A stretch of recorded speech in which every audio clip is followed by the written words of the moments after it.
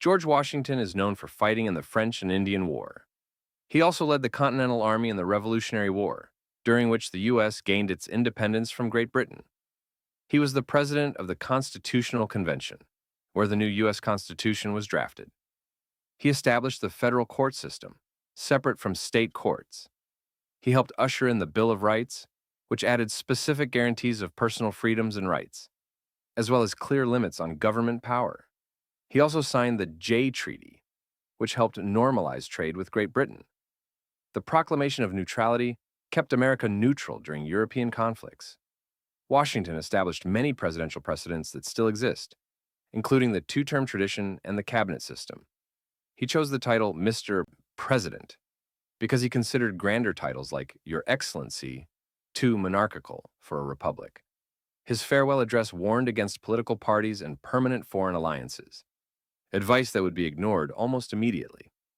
He retired in 1797, setting the precedent of peaceful transfer of power. John Adams, being the first vice president, successfully defended British soldiers involved in the Boston Massacre, demonstrating his commitment to the rule of law even when unpopular. He appointed John Marshall to the Supreme Court, who became one of the most influential chief justices in American history. His decision to keep the nation out of war with France, despite intense pressure from his own party, and his peaceful transition of power to his political rival, Thomas Jefferson, are highlights of his presidency. However, he faced severe criticism during his presidency for signing the Alien and Sedition Acts. These included the Naturalization Act, which extended the residency requirement for citizenship from 5 to 14 years, the Alien Friends Act, which allowed the president to imprison and deport non-citizens considered dangerous, the Alien Enemies Act, which gave the president additional powers to detain non-citizens during times of war, and the Sedition Act, which criminalized false and malicious statements about the federal government. These acts were seen as violations of the First Amendment and contributed to his defeat in the 1800 election. Adams was also the first president to live in the White House, moving in during November 1800 when the building was still unfinished. Thomas Jefferson is known for the Louisiana Purchase in 1803, which doubled the size of the United States for just $15 million and opened the West for American expansion. He played a major role in the 1776 Revolution and led the drafting of the Declaration of Independence, establishing the philosophical foundation for American democracy. Jefferson focused on reducing national debt and limiting the size of the federal government by cutting the military, reducing the Navy from 25 ships to 7, and lowering taxes. He also sent the Lewis and Clark expedition to explore the newly acquired Louisiana Territory, gathering invaluable information about the Western lands. However, his tenure wasn't without controversy, as he faced criticism for the Embargo Act of 1807, which banned American ships from trading in foreign ports to avoid the Napoleonic Wars. This act devastated American merchants and was widely unpopular, especially in New England, where the economy depended on maritime trade. Jefferson was also a slave owner who had a relationship with Sally Hemings, an enslaved woman, fathering several children with her, while simultaneously writing about liberty and equality. This contradiction between his words and actions remains a significant part of his complex legacy. James Madison is often called the father of the Constitution for his pivotal role in drafting and promoting the U.S. Constitution and the Bill of Rights. He also designed the federal system with its checks and balances. He kept detailed notes during the Constitutional Convention. These serve as our best record of those proceedings. He continued the Democratic-Republican policy of weakening the federal government and keeping a small military, a stance that would prove problematic. As president, he led the nation through the War of 1812 against Great Britain. The war began due to British interference with American shipping, impressment of American sailors, and British support for Native American resistance to American expansion. Despite setbacks, such as the British burning Washington, D.C. in 1814, forcing the Madisons to flee the White House, and the threat of secession at the Hartford Convention, the war ultimately bolstered national pride and government legitimacy. The Treaty of Ghent in 1814 ended the war, restored pre-war boundaries, and confirmed American independence. Madison's tenure also saw the establishment of the Second Bank of the United States in 1816 and the start of the era of good feelings. James Monroe served as president during the era of good feelings, spanning 1817 to 1825. This era was characterized by the collapse of the Federalist Party, leaving the dominant Democratic-Republican Party without serious opposition, and by a surge in national patriotism following the War of 1812. Monroe is best known for the Monroe Doctrine, a pivotal foreign policy announced in 1823 that warned European nations against colonizing or interfering in the Americas and asserted U.S. influence in the Western Hemisphere. This doctrine would shape American foreign policy for nearly 2 centuries. He had previously helped negotiate the Louisiana Purchase as Jefferson's minister to France, and also added Florida to U.S. territory through the Adams-Onis Treaty with Spain in 1819. His presidency also saw the Missouri Compromise of 1820, which attempted to balance the power between slave and free states by admitting Missouri as a slave state and Maine as a free state, while prohibiting slavery in the Louisiana Territory north of the 36 degrees 30 minutes parallel. Monroe's administration, however, faced criticism for its handling of economic issues, particularly the Panic of 1819, which was the first widespread and durable financial crisis in the United States. This crisis slowed westward expansion in the Cotton Belt and was followed by a general collapse of the American economy that persisted through 1821, causing widespread unemployment and numerous bankruptcies. John Quincy Adams was a strong advocate for significant federal investment in infrastructure, such as roads and canals, as part of the American system. He proposed creating a national university, a naval academy, and a national astronomical observatory, showing his commitment to education and science. However, his presidency was overshadowed from the start by the controversy of the corrupt bargain in the 1824 election. No candidate won a majority in the Electoral College, so the election went to the House of Representatives. Adams secured his presidency with the help of Henry Clay, the Speaker of the House, whom he later appointed as Secretary of State, prompting accusations of a rigged deal. This perceived corruption led to intense resistance from Congress, particularly from Andrew Jackson's supporters, who felt the election had been stolen. They attempted to block all of Adams's ambitious proposals, making his presidency largely ineffective. Despite these challenges, his presidency is also remembered for his later role as a congressman. After his presidential term ended and during subsequent administrations, Adams served in the House of Representatives from 1831 until his death in 1848, becoming a vocal opponent of slavery and a fervent supporter of the abolition movement. He argued the Amistad case before the Supreme Court and fought against the gag rule that prevented discussion of anti-slavery petitions in Congress. Andrew Jackson believed the president was the direct representative of the common man, and he was known for his fierce, combative personality. When someone tried to assassinate him in 1835, both pistols misfired, and Jackson beat the would-be assassin senseless with his cane. Jackson is remembered for the Indian Removal Act of 1830, which led to the forced relocation of Native American tribes from their ancestral lands in the Southeast to territories west of the Mississippi River. This resulted in the tragic Trail of Tears, where thousands of Cherokee, Creek, Choctaw, Chickasaw, and Seminole people died during the forced march.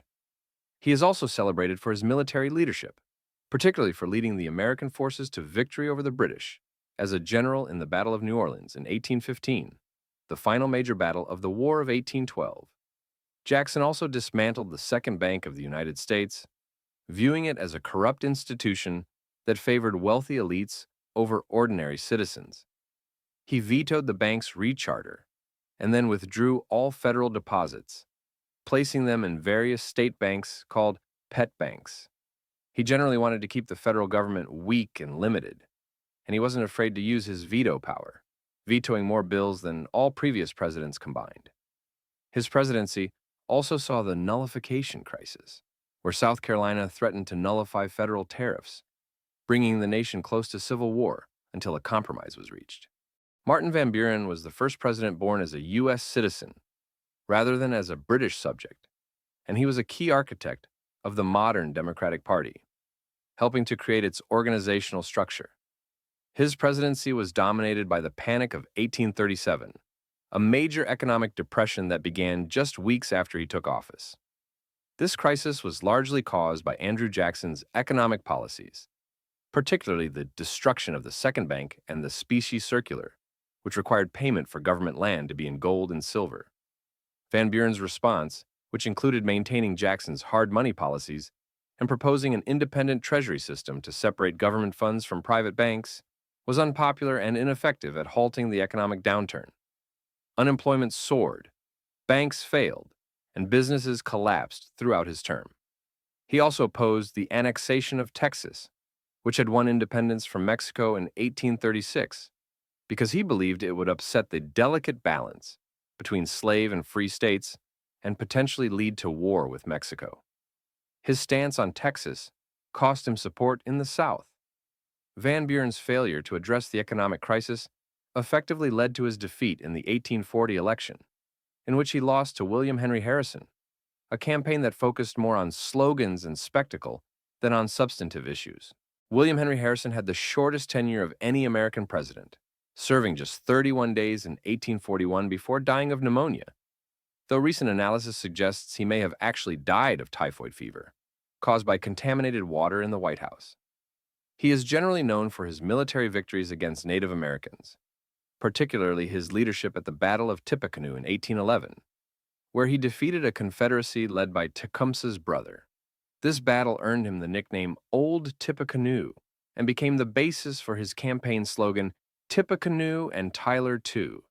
Harrison also served as a general in the War of 1812, winning important victories in the Northwest.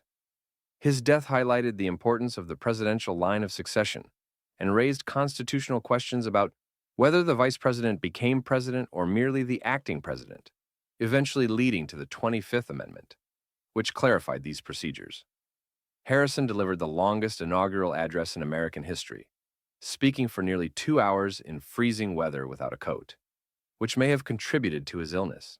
John Tyler was the first vice president to become president upon the death of his predecessor, establishing the precedent that the vice president becomes president, not just an acting president. Tyler's presidency is most notable for his annexation of Texas in 1845, which he accomplished through a joint resolution of Congress rather than a treaty, since he couldn't get the two-thirds Senate majority needed for treaty ratification. This annexation contributed to the buildup toward the Mexican-American War. He faced significant opposition from his own Whig Party after vetoing their key legislation, including bills to recharter the National Bank. When he vetoed the bank bill in 1841, his entire cabinet, except for Secretary of State Daniel Webster, resigned in protest. The Whigs then expelled him from the party, making him the only president without a party affiliation after George Washington. Tyler was nicknamed His Accidency by his opponents, who claimed he wasn't a legitimate president. Despite political opposition, he successfully concluded treaties with China and negotiated the Webster-Ashburton Treaty with Britain, which settled the border between Maine and Canada. Tyler would later serve in the Confederate Congress during the Civil War and died in 1862 before being seated, making him the only president whose death was not officially mourned by the U.S. government. James K. Polk is known for his strong, aggressive leadership during the Mexican-American War from 1846 to 1848, which dramatically expanded U.S. territory to the west. The war resulted in the U.S. acquiring approximately 525,000 square miles of territory, including parts of present-day New Mexico, Utah, Nevada, Arizona, California, Texas, and western Colorado, through the Treaty of Guadalupe Hidalgo. He also settled the Oregon boundary dispute with Britain through the Oregon Treaty of 1846, establishing the 49th parallel as the border and adding the Oregon Territory to the United States. When Polk took office, he set 4 clear goals: reduce tariffs, establish an independent treasury, settle the Oregon boundary, and acquire California. He achieved all 4 goals during his single term, making him one of the most effective presidents. However, when these new territories were acquired, intense debate erupted over whether they would permit slavery. Northerners wanted them to be free territory, while Southerners wanted them to be open to slavery. Polk, a slave owner from Tennessee, tried to extend the Missouri Compromise line to the Pacific, but this failed. He didn't adequately address the situation and left the matter for future presidents to resolve, setting the stage for the conflicts that would eventually lead to the Civil War. Polk was also a workaholic who rarely took days off, and this may have contributed to his death just 103 days after leaving office at age 53. Zachary Taylor was a career military officer who had never held political office or even voted before becoming president. He earned the nickname Old Rough and Ready for his informal leadership style and willingness to share hardships with his troops. His brief presidency was dominated by the explosive issues surrounding the territories acquired during the Mexican-American War, with rising tensions between slave and free states threatening to tear the nation apart.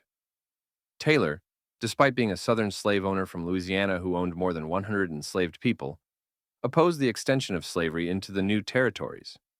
He sought to hold the Union together by admitting California as a free state immediately and establishing New Mexico and Utah as territories where the slavery question could be decided later. He took a surprisingly firm stance against Southern threats of secession, declaring that he would personally lead the army against any state that tried to leave the Union and hang traitors. His sudden death in July 1850, after just 16 months in office, changed the course of history. Taylor became ill after attending 4th of July celebrations at the Washington Monument, where he consumed large quantities of cold milk and cherries. He died 5 days later, likely from cholera or acute gastroenteritis, though conspiracy theories about poisoning persist. His death allowed the Compromise of 1850 to pass, which he had opposed. Millard Fillmore is often remembered for signing the Compromise of 1850, a series of bills that attempted to ease tensions between slave and free states, but ultimately satisfied neither side.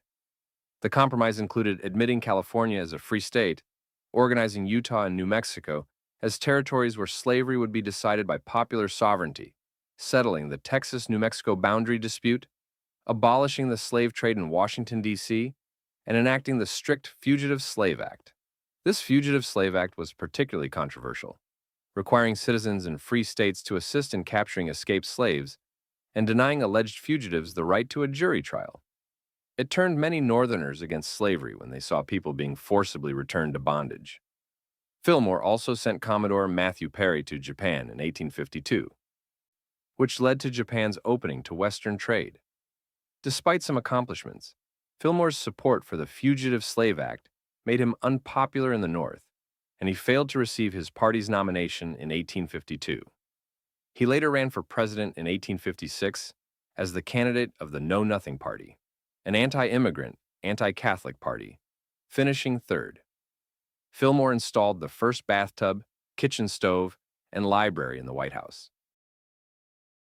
Franklin Pierce's administration is marked by his enthusiastic endorsement of the Kansas-Nebraska Act of 1854, which allowed residents of those territories to decide for themselves whether to allow slavery through popular sovereignty, effectively repealing the Missouri Compromise that had kept peace for over 30 years. This led to violent conflict in Kansas between pro-slavery and anti-slavery settlers, with both sides sending armed groups to influence the vote. The resulting violence became known as Bleeding Kansas and included massacres, raids, and guerrilla warfare. Pierce's support for pro-slavery forces in Kansas, including his recognition of the fraudulently elected pro-slavery legislature, earned him the hatred of abolitionists. Pierce's policies are widely criticized by historians for accelerating the path to the American Civil War. He facilitated the Gadsden Purchase from Mexico in 1853, acquiring a region now part of southern Arizona and New Mexico for $10 million to enable the construction of a southern transcontinental railroad. Pierce also attempted to acquire Cuba from Spain and supported the pro-slavery Ostend Manifesto, which suggested the U.S. should seize Cuba by force if Spain refused to sell.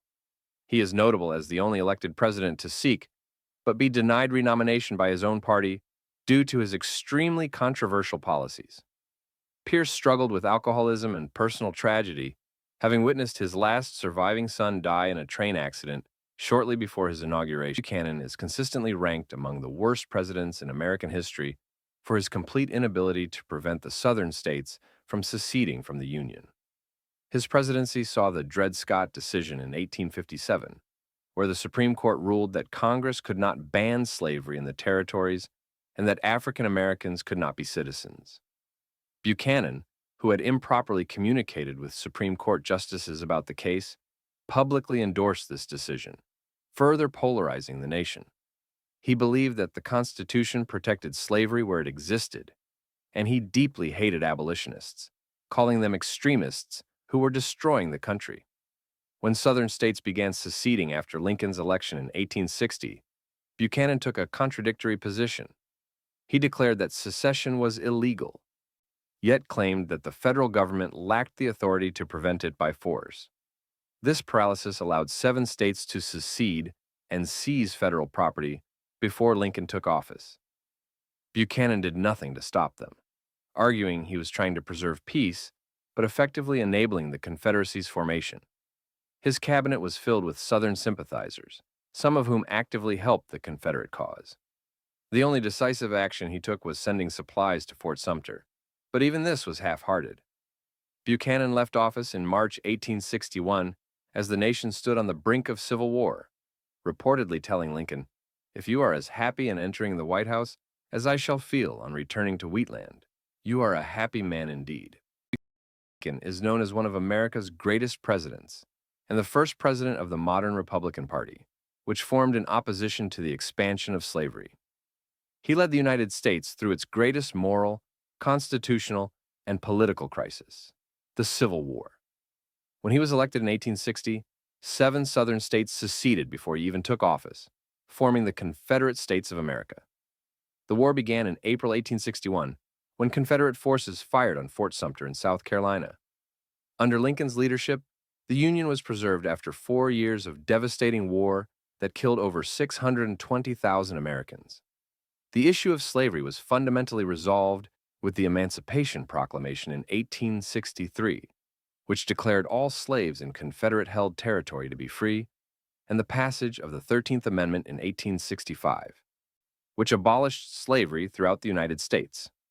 Lincoln's Emancipation Proclamation also allowed African Americans to serve in the Union Army, and nearly 200,000 black soldiers and sailors fought for the Union. Lincoln's Gettysburg Address in 1863 redefined the war as a struggle not just for the Union, but for the principle of human equality. He won re-election in 1864 against significant opposition, including from within his own party. Lincoln favored a lenient approach to Reconstruction, wanting to quickly restore the Union and heal the nation's wounds. However, he was assassinated by John Wilkes Booth on April 14, 1865, just 5 days after Confederate General Robert E. Lee surrendered at Appomattox Courthouse. He died the following morning, becoming the first American president to be assassinated. His death made him a martyr and dramatically altered Reconstruction policies. Andrew Johnson, a Democrat from Tennessee, who had remained loyal to the Union, was chosen as Lincoln's running mate in 1864 to promote national unity. His presidency was marked by bitter disputes with the Republican-controlled Congress over how to reintegrate Southern states into the Union. Johnson favored a lenient approach to Reconstruction that would quickly restore Southern states without protecting the rights of formerly enslaved people. He opposed the 14th Amendment and vetoed the Civil Rights Act of 1866, which granted citizenship to all persons born in the United States. Congress overrode his veto, the first time a major piece of legislation became law over a presidential veto. Johnson also vetoed the Freedmen's Bureau Bill, which provided assistance to formerly enslaved people, though Congress later passed a revised version over his veto. His frequent vetoes of congressional bills, which Congress often overrode, led to unprecedented conflicts.